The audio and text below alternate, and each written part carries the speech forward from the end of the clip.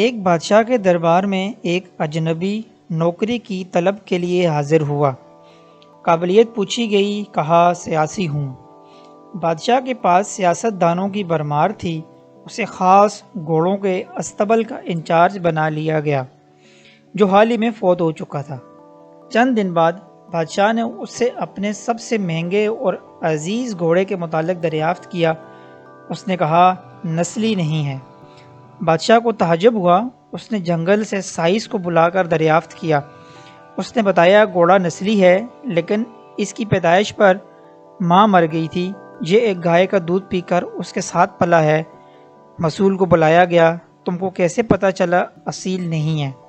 اس نے کہا جب یہ گھاس کھاتا ہے تو گایوں کی طرح سر نیچے کر لیتا ہے، جبکہ نسلی گھوڑا گھاس منہ میں لے کر سر اٹھا لیتا ہے۔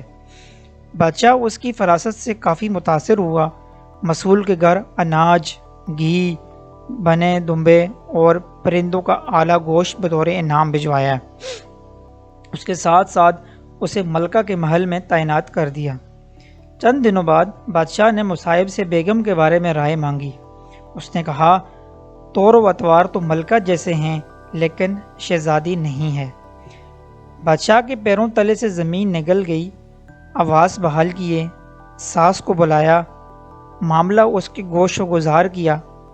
اس نے کہا حقیقت یہ ہے تمہارے باپ نے میرے خاوند سے ہماری بیٹی کی پیدائش پر ہی رشتہ مانگ لیا تھا، لیکن ہماری بیٹی 6 ماہ میں ہی فوت ہو گئی تھی۔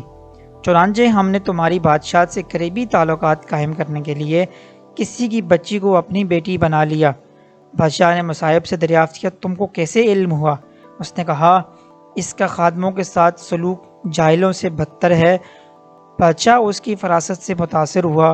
بہت سا اناج، بھیڑ بکریاں بطور انعام بھجوائیں، ساتھ ہی اسے اپنے دربار میں متعین کر دیا۔ کچھ وقت گزرا، مصائب کو بلایا، اس سے اپنے بارے میں دریافت کیا۔ مصائب نے کہا جان کی امان۔ بادشاہ نے وعدہ کیا۔ اس نے کہا نہ تو تم بادشاہ زادے ہو نہ تمہارا چلن بادشاہوں والا ہے۔ بادشاہ کو تاؤ آیا ہے مگر جان کی امان دے چکا تھا۔ سیدھا والدہ کے محل پہنچا۔ والدہ نے کہا یہ سچ ہے، تم ایک چرواہے کے بیٹے ہو، ہماری اولاد نہیں تھی تو تمہیں لے کر پالا۔ بادشاہ نے مصائب کو بلایا، پوچھا بتا تجھے کیسے علم ہوا؟ اس نے کہا بادشاہ جب کسی کو انعام و اکرام دیا کرتے ہیں تو ہیرے موتی جواہرات کی شکل میں دیتے ہیں، لیکن آپ بھیڑ بکریاں کھانے پینے کی چیزیں عنایت کرتے ہیں۔ یہ اسلوب بادشاہ زادے کا نہیں، کسی چرواہے کے بیٹے کا ہی ہو سکتا ہے۔ اس سے پتہ چلا کہ عادتیں نسلوں کا پتہ دیتی ہیں۔ عادات، اخلاق اور طرز عمل خون اور نسل دونوں کی پہچان ہوا کرتے ہیں۔